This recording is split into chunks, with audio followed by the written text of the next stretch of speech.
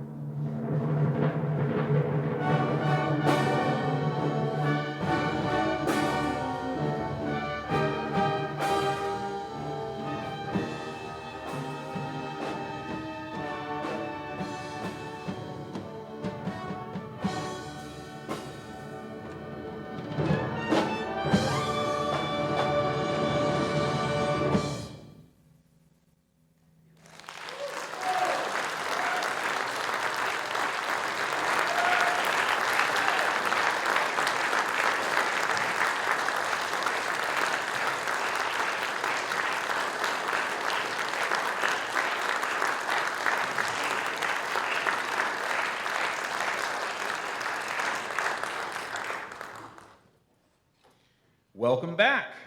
We open the second half of our concert today with John Philip Sousa's march, Homeward Bound. For a long time, the only clue that this unpublished march even existed was a single mention in the list of compositions in Sousa's autobiography, Marching Along. That all changed in 1965 when the original manuscript suddenly turned up in a trunk in the basement archives at his Sands Point home. Among the papers, several band manuscripts bearing the names of U.S. Marine Band musicians were discovered. Because the Marine Corps enlistment records from that era are incomplete, establishing an exact date for the composition remains difficult, unless more documents are found someday.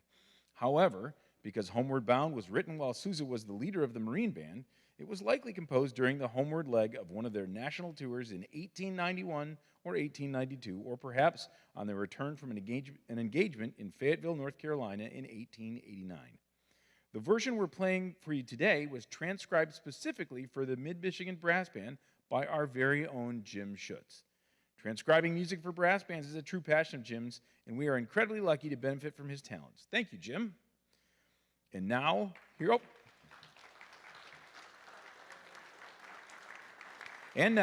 here is Homeward Bound by John Philip Sousa.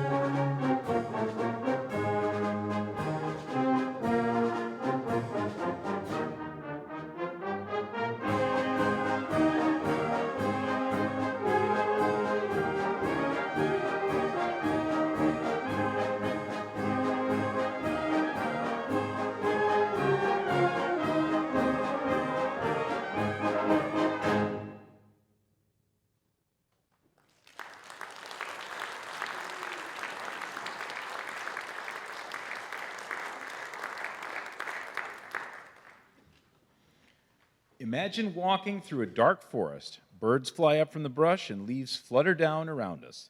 Suddenly, we step into a clearing. A bright ray of light reflects off a sword lying on the ground. The sword is damaged. A piece of the blade has been broken off. We've stumbled upon the broken sword of King Edward the Confessor. Tradition holds that an angel broke the tip from the blade to prevent an unjust murder. The historic broken sword is one of the 5 ceremonial swords kept safely in the Tower of London, all of which are used during the coronation of an English monarch. It is also known as the Sword of Mercy, symbolizing the compassion that the new monarch must display throughout their reign. Kevin Hoban's cinematic work, Broken Sword, offers musicians a wonderful variety of musical challenges, particularly because of the shifting moods featured throughout the piece. The composition begins slowly with a stirring harmony.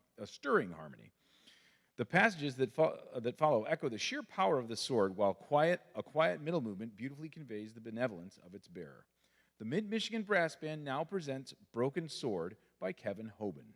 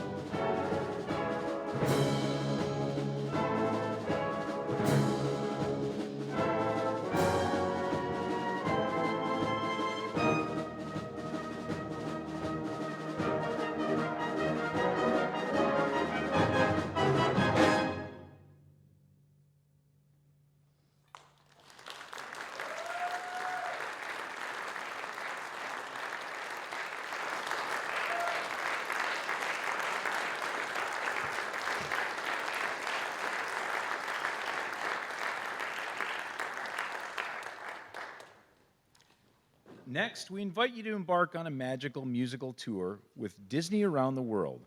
Crafted by James Christensen, this popular collection brings your favorite enchanting melodies from Disney's iconic animations to life.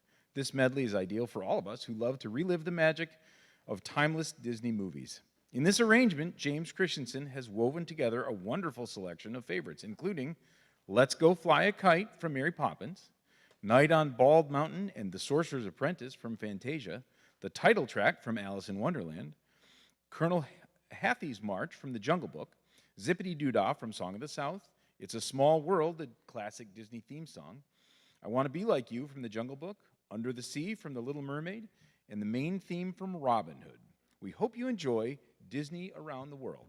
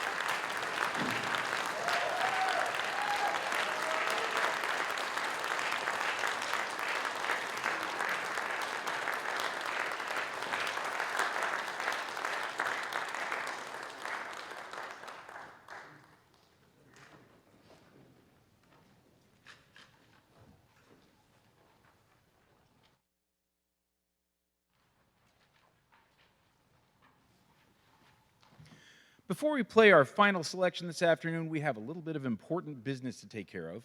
First and foremost, we want to extend a massive thank you to all of you, our wonderful audience, for joining us today. Your attendance and your appreciation are the exact reasons we love doing this. We truly hope you enjoyed this concert as much as we enjoyed preparing it for you. Secondly, I want you to imagine yourself a soprano cornet player.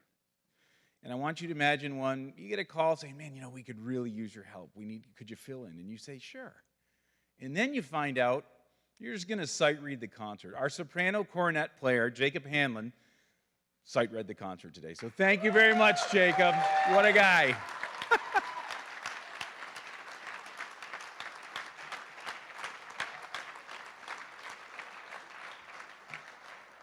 Next, we have several graduating high school seniors that we would like to thank. First, Aiden Carter from Bullet Creek has been with the band for a season and a half. Congratulations, Aiden.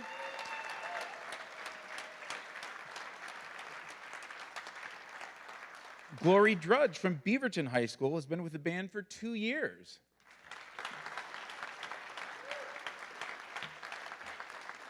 And Sean Mead, he's graduating from Dow High, has been with the band for 2 years as well. Thank you for participating. Another thing, we'd like to thank Bullet Creek High School and Jason Tisdale for providing us with this wonderful venue for our concert. Next, a big thank you to MCTV for our concert video production. Today's performance will be available to watch on MCTV and on YouTube. Keep an eye on our Mid-Michigan Brass Band Facebook page for updates for when that will be released. We also want to recognize a very special person who helps us with every single concert we perform, Ann Lenhard, the Mid-Michigan Brass Band's fantastic librarian.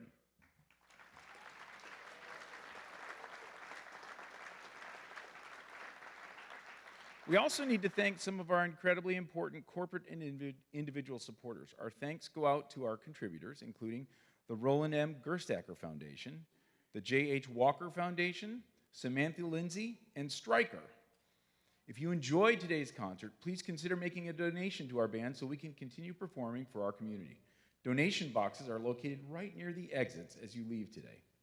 Looking ahead, we hope you'll be able to join us on Sunday afternoon, November 1st at 3 p.m., right here in the Bullet Creek High School Auditorium for our next performance. As we close today's program, our final selection is What a Wonderful World, made famous by none other than Louis Armstrong. Written by Bob Thiel and George David Weiss, it was first recorded by Louis in August of 1967. Interestingly, although it didn't initially shake up the American music charts, it climbed all the way to #1 spot in the UK in April of 1968, just 10 months after its release. They are truly beautiful words for a beautiful melody, and I'm sure most of you know them well. Here is What a Wonderful World. Oh, yes. Thank you so much for coming out today. We hope to see you back here November 1st for our Halloween-themed concert. Until then, please drive home safely.